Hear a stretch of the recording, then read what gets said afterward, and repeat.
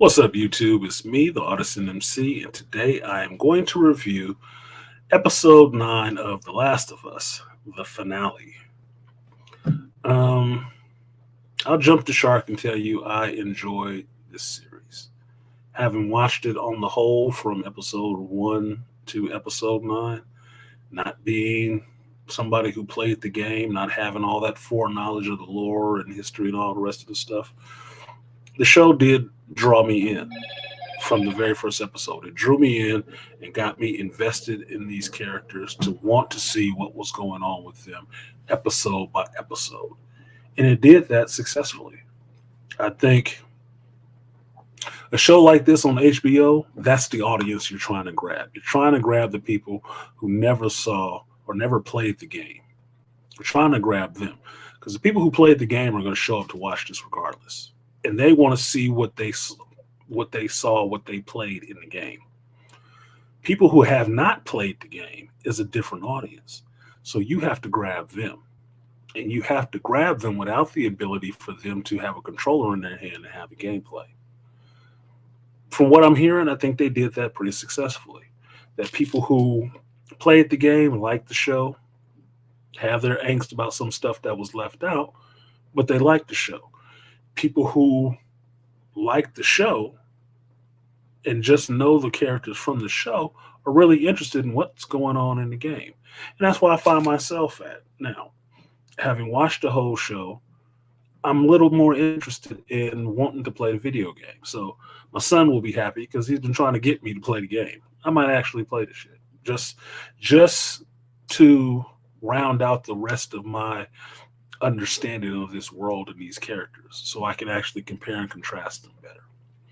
Now, this episode opens with a woman running through the woods and she is pregnant. And I kind of called this watching it, but what we were getting was the birth of Ellie. You're seeing Ellie's mother. The woman running through the woods is Anna, and this is Ellie's mother. And she's running through the woods and she comes to a cabin in the woods. No horror movie reference there. And gets upstairs, bars the door with a chair, and she's there. And it's like her water has broken. She is going into labor right now. And what you hear is something is rustling downstairs. Something is coming upstairs. And something is breaking in, trying to get into this door. And sure enough, it is an infected. An infected woman has chased her up here while her water is breaking and she's going into labor. This infected attacks her and she has to fight it off while having labor pains. Like, I don't know how much worse it gets, but that's a pretty shit day. It's a pretty shit day. Okay. Now, at this scene, I kind of called this when it was happening, right? When it was getting to that point that she's in labor and we hear this infected downstairs. I'm kind of calling what's happening. And what I called is that this was going to be like a Blade setup, that something was going to happen during birth to give this child an immunity to these cordyceps. And what you see happen while Anna is fighting off this infected, finally getting her switchblade, yeah, that one, out, stabs the cordyceps in the head, and then when it slumps over, the baby is out. And all that fighting and struggle and whatnot, she is pushed and this baby is out on the floor. But what she also notices is that she has gotten bit on her thigh by that infected. And while she is bit and bleeding, the baby is still attached to her by the umbilical cord. And she takes a switchblade and cuts the umbilical cord. Hence, creating a Blade scenario that while pregnant, the mother is bit and transfers those powers or immunities to the child through the umbilical cord. And now the baby is alive and the mother has to die. Because that's the situation. She's bit. Anna's bit. She's there by herself with this baby. And the question I ask myself is, she going to turn and eat this goddamn baby? That's going to be horrific. But we already know what happens. Ellie grows up, so that part didn't happen. What you have to find out is what happened to Anna. Now, the next scene you get is a group of people coming upon this cabin in the middle of the night. And one of the people is Marlene, the leader of the Fireflies. And coming into this cabin, she's calling out and hears someone singing upstairs, and goes upstairs and she sees Anna with the baby and is apologizing that she should have been there. What you end up finding out is that Anna and Marlene are friends, best friends. They grew up together. And this is Anna's child. And Anna is telling her, you need to take her, give her this switchblade, and get out of here. Because Anna knows she's going to turn, probably soon. And Marlene can see it because she can see the bruise on her leg infected. So Anna wants her to take her child and to kill her. Marlene does not want to do it. She doesn't. But leaving the baby and having Anna cry out for her to do it, she leaves the baby with one of the other guys that's with her. And Marlene strolls in and puts one in her friend's dome. Now, I say dome because a couple of things you don't see happen. You don't see her get shot. You just see Marlene come in and shoot. Right? So you don't see Anna where Anna actually got hit. Now, that's significant when you get to later stuff in the episode. The other part that's significant is that there's no mention of a father. Now, I don't think Anna is a virgin birth in the post-apocalyptic world, but I'm thinking that actually matters. Who's Ellie's father? How did this woman end up pregnant and by herself in the middle of the damn woods in the 9th month? I'm curious about that. Now, this is where I would say, and I was talking about it with some brothers in the watch party, that this is what I mean by inconsistencies. On its own, by itself, the episode just reads, this is the story, this is what's happening. But that's an important fact that doesn't track with anything else in the other episodes, because now we don't know who her father is. That's important. Because we know, as much as Joel loves her, that ain't her fucking daddy. I want to know who her father is. Who was Anna with? Awesome, we got to meet Anna. But it's not important to meet Ellie's father, too? No? She just, spontaneously erupted with a baby? No, I don't think so. Now, from this scene, you move on to seeing Ellie grown up and seeing that Joel is trying to talk to her and she's just distant. She's not even really hearing him. And what this is the lingering effects of her having to kill 2 men to survive and save her own life from being raped by one of them. And she's still processing and trying to process that. And Joel is trying to engage her and bring her back to the tangible, real world in the right here and now. And this shows something in this episode that you haven't seen in 8 other episodes. Joel is talky. Joel is really talky and really engaging with her and really treating her like, hey, what's going on? What do you want to do? Let's do this. We got to do this. He's really trying to engage her and pull her back into the real world. And she's there sometimes, but other times she's a bit distant. And that's dealing with what she has done. They haven't talked about it, but Joel knows, some bad shit went down. They haven't actually had a conversation about it, but he's seeing the effects on her and trying to get her past whatever effects it was. While walking, they come upon a city because they're looking for this medical center, this hospital. And they come upon this building, and once they're in this building, Ellie sees something and runs off, and Joel runs after her. And they get to a part in the building upstairs where it's all open, there's greenery, and there's a freaking giraffe there eating leaves. Now, my understanding is that this is from the game, but be that as it may, they don't explain where the hell these animals came from. It's just a bunch of giraffes wandering around somewhere. I assume they're still in Wyoming because they were only walking.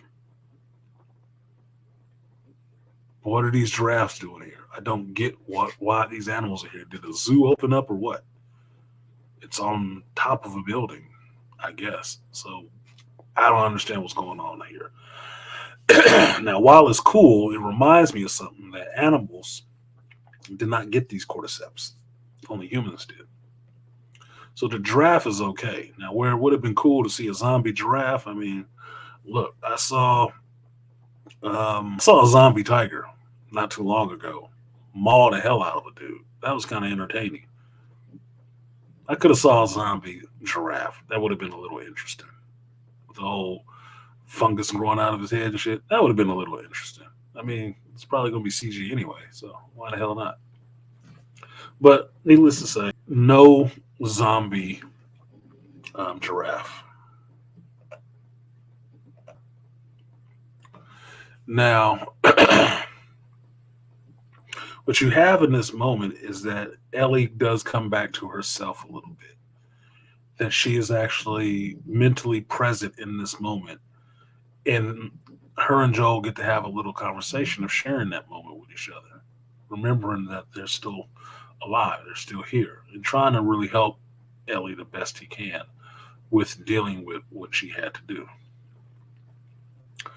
Now, I guess they go downstairs to some other part, and they come out into what was at one time a makeshift hospital. And they're in conversation, and it comes up that the scar on Joel's head was not from somebody else, it was from Joel. That after the death of Sarah, and Joel was in a military emergency medical camp, Joel tried to kill himself. That he saw no way of going on and didn't know what else to do. And he tried to kill himself. But at the last minute, he flinched. And so he missed himself and was left with a scar. And in that conversation, he shares with Ellie, or he intimates to Ellie, that he found a reason to live on. And it's intimated that it's pretty much Ellie. That he found a reason to go on and heal from his hurt. And that Ellie can do that too. It just takes time to heal from it. Cool. Now, this quiet moment is broken up when they get along and he's actually engaging with Ellie the way she's been for the rest of the show. Kind of come back to herself and present. You know, something clinks down behind them. They turn around and see it. It's a fucking flashbang. It goes off. They're knocked down, kind of dazed and oriented. Joel is knocked out. And when he wakes up, he's in a bed in a hospital. The Fireflies have captured him. Now, this is where you see that Joel has found the Fireflies, or the Fireflies have found Joel. And Marlene is here. Now, how she got here so quick, I do not know. I don't know how Marlene made it here before Joel. I really don't, because he left way ahead of them. I don't know how they got ahead of him unless they had vehicles or some shit and drove the whole way. I don't know. Be that as it may, Joel is met with Marlene, and Marlene is telling Joel that Ellie is being prepped for surgery. That yes, they're safe, they're here, they made it. She didn't believe he could make it. He did. How did he do it? But also that, yeah, well, the doctor here has a plan that the cordyceps that is in Ellie grew with her, and that it sends out chemicals that lets other infected know that she's one of them, and it doesn't infect her. So we're going to pull out that cordyceps, analyze it, and try to synthesize whatever it is that is given off to give it to everybody to make a cure. And Joel puts it together relatively quick, but that the cordyceps is in Ellie's brain. That they are not just prepping her for some minor surgery. They're going to cut into this girl's brain to remove this thing. That doesn't sit right with Joel. And while he is objectionable to it, he finds out that from Marlene, that Marlene was there when Ellie was born. She's taking care of her this whole time. That she is the child of her best friend. And that she knows what Joel is feeling at this moment because Joel just wants to go to Ellie. And Marlene is refusing to let him go to Ellie. Her alternative is to have her two guards walk him out to the road, give him back his pack and the switchblade, and send him on his damn way. Now, while she empathizes and sympathizes with him because it's hurting her to know what she has to do to Ellie, she understands Joel's pain. She's not trying to stop this at all. That within the balance, the whole of humanity is more important than his feelings for one girl, or her feelings for one girl. The human race is more important. Now, this is the part where I disagree. And I said it on the watch party. I disagree at some parts, right? Because there was something that they should have done in this scene instead of it playing the way it did. And thankfully to the brothers that were on the watch party stream, they gave me more to think about, and we verbalized a better script than what was here on paper or what was here in this show. That played up the emotional drama and the angst and stuff like that a hell of a lot more, and puts you on a little different ground at the end with all these things in place. With everything's just the same way it is, just with little tweaks. Now, Joel is being escorted from the building, and the two guys escorting him, one of them is a dick. He is. He's a dick. He keeps pushing him and pushing him and pushing him while he's walking. And the whole time, Joel's wheels are working, trying to figure out some things, where Ellie is, where he's going, what's going to happen. Now, it's kind of obvious what's going to happen. He's going to kick these two dudes' asses. He is. He is going to kick their asses. First opportunity he gets, so he can go find Ellie. And sure enough, they take him down the stairwell, which, if you've ever seen a Marvel Netflix movie, bad things happen in stairwells, okay? No, don't do it.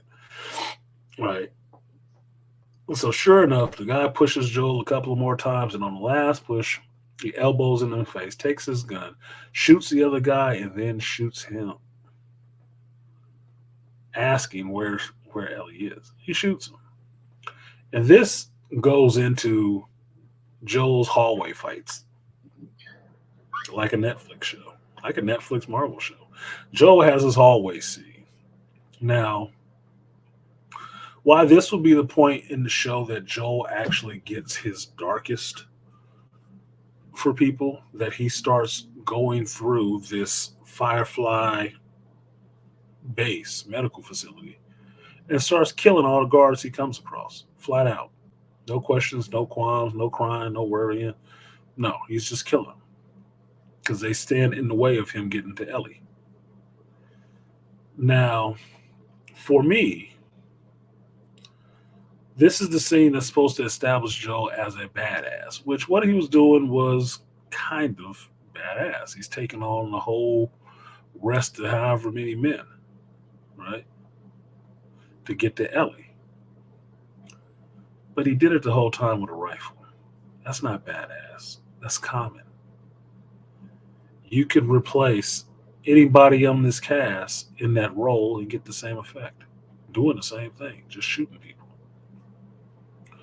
Now, what I pointed out is that we live, as a regular person, we live in the age of mass shooters and people going into places and shooting up people. We know what this looks like. It is not impressive or badass for us now. It's not. To me, somebody who's watched action movies, violent action movies, martial arts movies, and stuff like that. I don't see it as being badass just because somebody used a gun to kill a bunch of people. I see it as being average. Now, what would have been badass, my suggestion, would have been to see Joel actually beating or killing people with his bare hands, because that would have been masculine. And that would have made it look more badass. Perfect example is, if you want a comparison, Daredevil season 1 on Netflix. His hallway fight is the hallmark of the show. It's what sold me on the show, and it's only the second episode. Why is that hallway fight good? Because he didn't use a gun, and he was already hurt and bleeding, and he pushed through all that and beat these dudes within an inch of their life barehanded, no weapon. And you can see the exhaustion and the toll it was taking on him to do it in one shot. That was badass. This was common. This could have been in the Matrix without the wire work.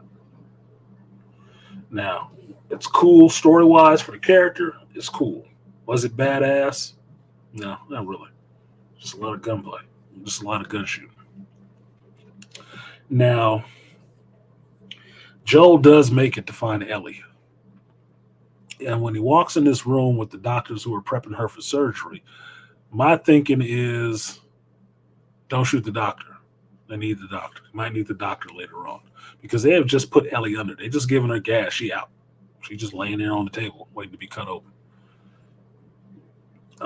The doctor tells Joe he needs to get out of here.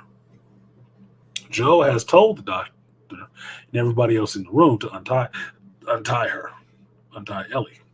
They don't respond. They give him something else back. Joe shoots the doctor in the freaking head. Also, you do not see this. You see the after effect. But you don't see it happen. And there's a reason I'm mentioning that. Joel turns the gun on everybody else in the room, and the two women that are left, unhook the IV and get Ellie unplugged so Joel can pick her up and take her out of there. And on the way, that's when you see that the doctor, has all his medical expertise spilling out onto the floor. Now, Joel makes it to the elevator. He gets downstairs, and he's in the parking garage. And once he's in the parking garage, somebody comes up behind him. And the person that comes up behind him is Marlene, leader of the Fireflies, Ellie's auntie mom. Right? And Marlene tries to rationalize with Joel. She really does. And lets him know you're going to forsake all of humanity for this girl. And puts the seed out there like, this is not what Ellie would want. That Ellie would want to be up on that table. Just trying to save everybody. You know this. And you're still doing your action anyway. Now, while Marlene is making peace, she hasn't busted a shot at Joel. She has her gun going away. She's putting it away or putting it down. Joel shoots her. He does. Now, you don't see this until later on. But even cutting away, you knew what the hell happened.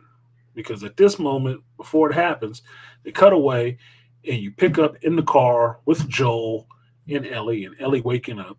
And Joel telling Ellie that, tests were going all right. There are some other infected kids somewhere else.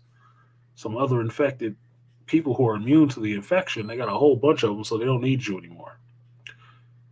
And when Ellie asks about Marlene, Joel tells her, yeah, Raiders attacked.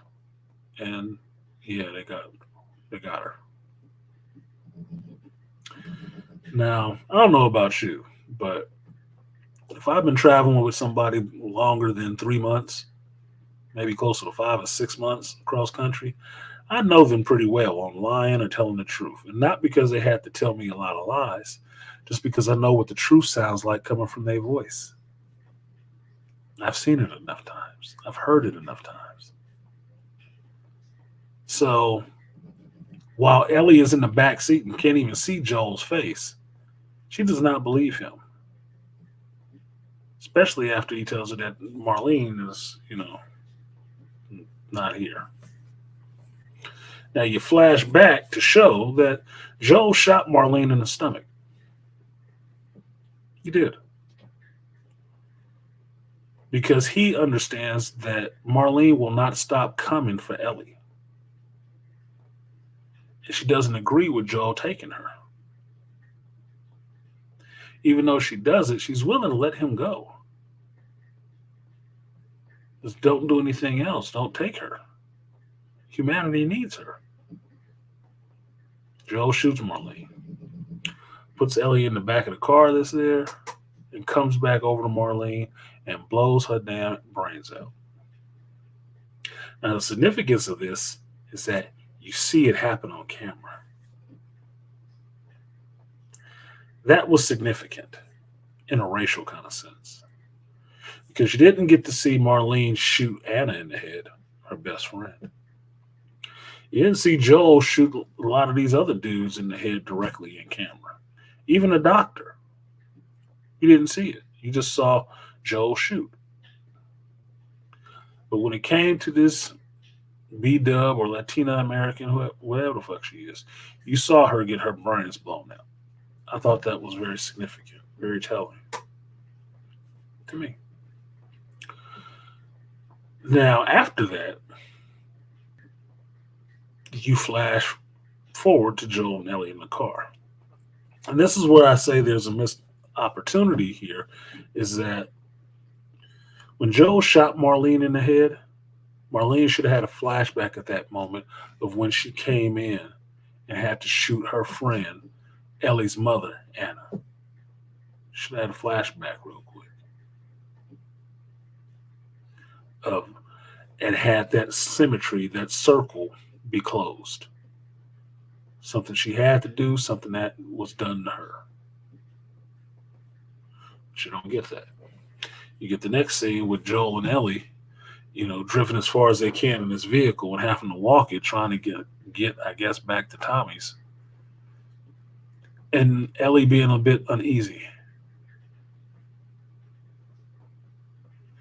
Now, they get close to the town and they're up on the hill after they've hiked a while. They have a conversation. And Ellie asks Joel, point blank, if the story he told her was true. And she wants him to swear on it. And like a protective dad, Joel lies to her. He promises her, yeah, it's true. The story is true. Now, we know the story is not true. If there was a raider, it was one, and the raider's name was Joel. Okay? Came out in zone defense, I guess, and he laying people down. He was the raider that came through there. And you see it on Ellie's face that Ellie doesn't believe him. Ellie knows he's lying. Because all the trust that they've built up over the road can now be in jeopardy. She looks at him, she cocks her head and kind of twitches in her eye and just says, okay. She knows he's lying. She knows. But the episode ends there, so you have to wait till season 3 to see if that pays off, or season 2 to see if that pays off a little bit, which I find very interesting. That's a good leave. It's a good leave. Now, here's my thing. This is what I came up with, just spitballing with the brothers on the panel about how the show could have ended. It could have ended the same way, but the emotional stakes could have been played completely different if these 3 things happen. Number 1, Once Joel woke up in the custody of the Fireflies and met Marlene, Ellie should have been there. And there should have been a conversation that happened between Joel, Ellie, and Marlene about what has to happen to get this cure.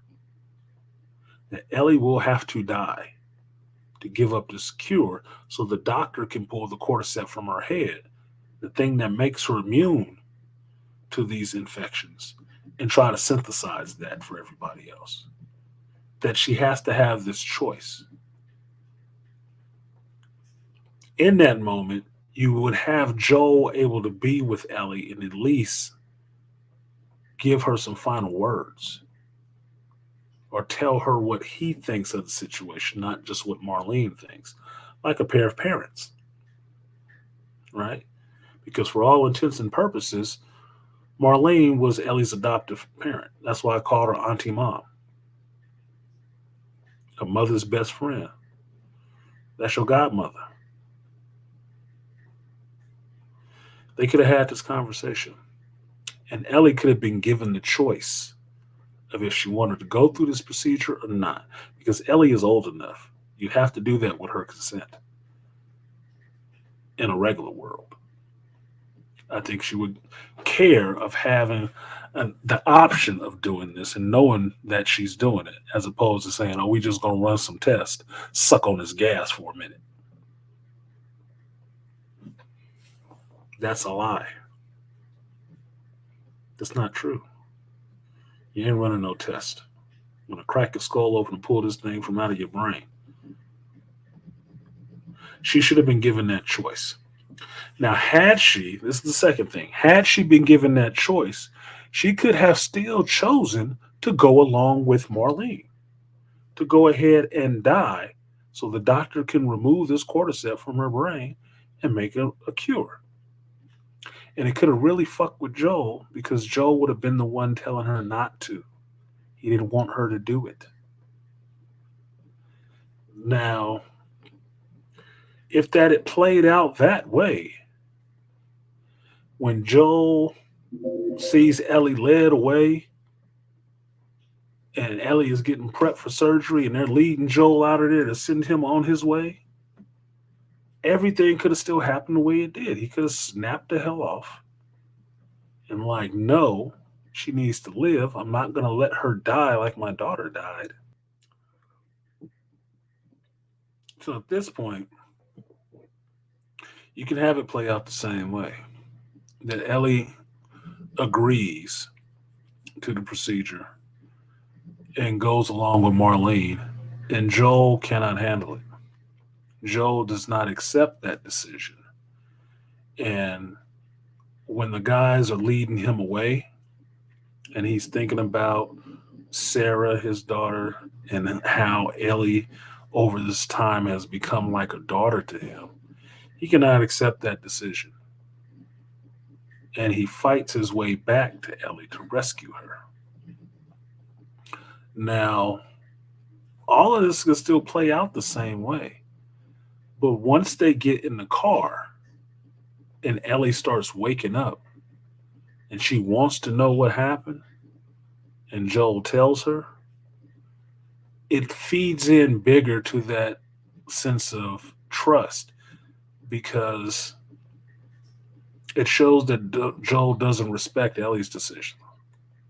It doesn't. It shows that love in and of itself is selfish. It is. That Joel could not let go. And when you have the final scene where Ellie is asking Joel, swear to me everything happened the way you told me, and he swears on it, it further becomes a wedge between Ellie and Joel because Ellie knows he's lying and that he took her choice from her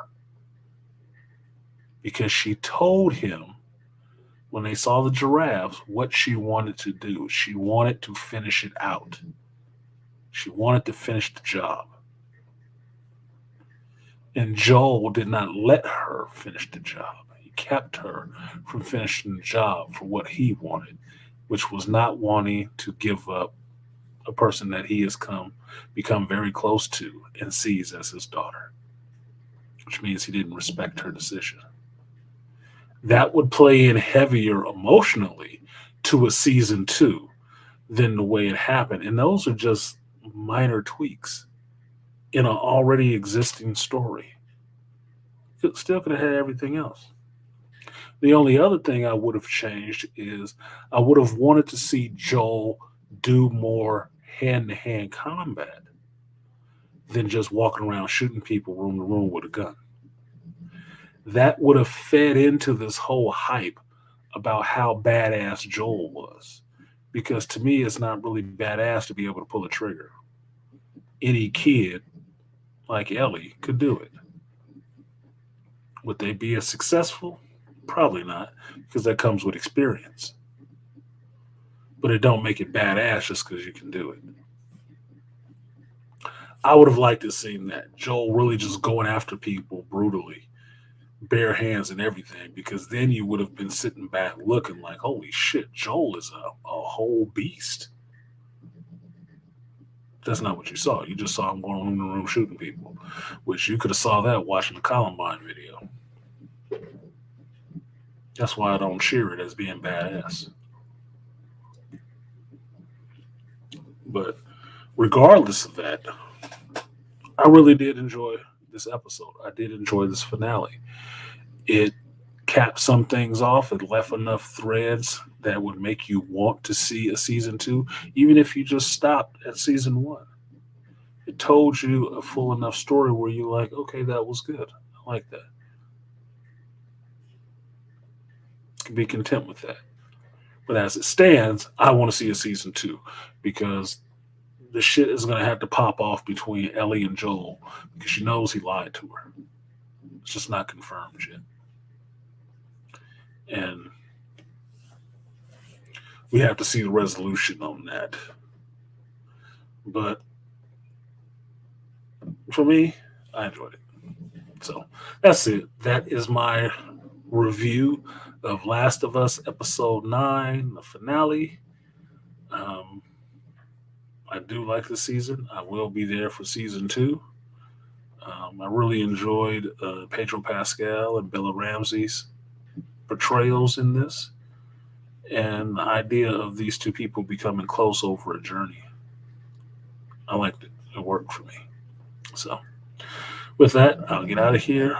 And the watch party is on Patreon. So if you want to see that whole watch party of us talking about it and watching the show before I did this review, you have to go to Patreon, ArtisanMc on Patreon, pick one of the tiers, you join up, you can see it.